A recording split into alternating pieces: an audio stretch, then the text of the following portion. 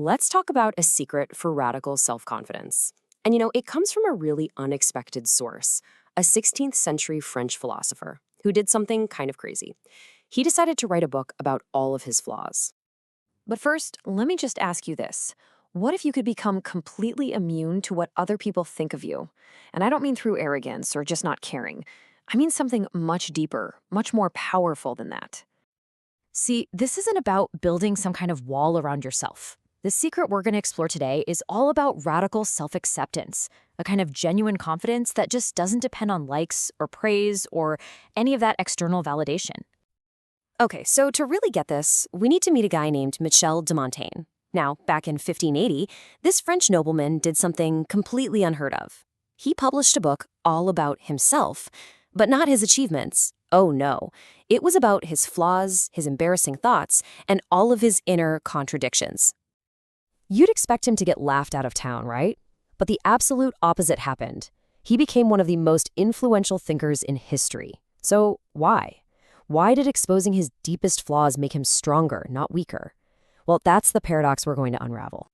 The answer, it turns out, lies in taking apart three big lies our culture teaches us about self-improvement. And these are the real confidence killers, the things that keep so many of us trapped in this cycle of never ever feeling good enough. So lie number one is this idea that you should be a consistent, predictable person all the time. Montaigne looked at his own life and saw the complete opposite. He noticed he was generous one day and kind of selfish the next, brave in one moment, a total coward in another. And instead of seeing this as a problem he had to fix, he had this totally radical insight. Montaigne's conclusion, as you can see right here, is that we are all just patchwork. You're not broken because you act differently with your friends than you do with your family. That's not a flaw. That's just being human. In fact, you could argue that the pressure to be perfectly authentic and consistent all the time is what's truly inauthentic. Okay, on to the second lie, and this one is a big one, that you should have all the answers. We're taught that confidence comes from being the expert in the room, but Montaigne's personal motto was, "What do I know?" And this wasn't some kind of false modesty. For him, it was a weapon, a form of intellectual warfare against the plague of fake expertise. This quote just nails his point, doesn't it? He realized that admitting you don't know something is a superpower. The moment you stop needing to be right about everything, you suddenly become open to learning about, well, everything. True confidence isn't having all the answers. It's being totally comfortable with not having them. And that brings us to the third and maybe the most dangerous lie of all, that you should fix your flaws. I mean, the entire self-help industry is pretty much built on this one idea. But Montaigne, he did the exact opposite. He wrote openly about his terrible memory and his struggles with melancholy. He didn't celebrate them, but he sure didn't hide from them either. And by accepting his flaws instead of constantly fighting them, he actually became more capable, not less. I mean, when you're not at war with yourself, all that energy can be used for something else. Like he says here, the goal isn't perfection. The real goal is to be at ease with the person you actually are. So if we stop chasing consistency, and we stop pretending to know everything, and we stop trying to fix all our flaws, what do we do instead? Well, this is where Montaigne gets really practical.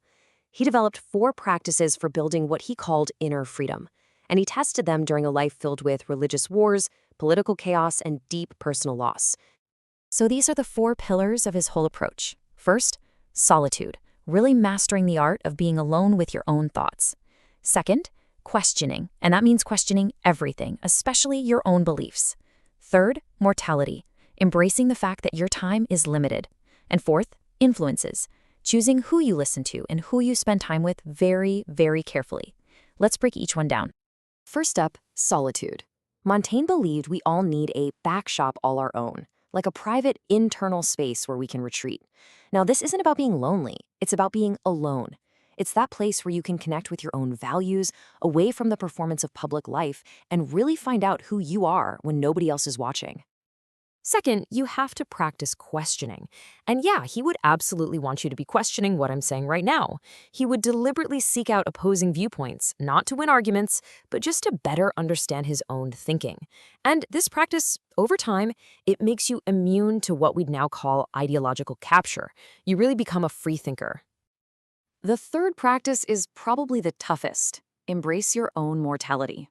It sounds kind of morbid, I know, but as this quote suggests, Montaigne saw it as the absolute key to living fully. When you truly accept that your time is limited, you stop being a slave to trivial stuff. All those petty anxieties just start to fade, and you can focus on what actually matters. It's a paradox, but thinking about death actually makes you more present to life. So I'm really curious, as you hear about these practices, solitude, questioning everything, facing mortality, and choosing your influences, which one of those feels the most challenging to you? Let us know down in the comments. It's always so fascinating to see what resonates with people. Ultimately, all of this, it leads to a really profound shift in your perspective.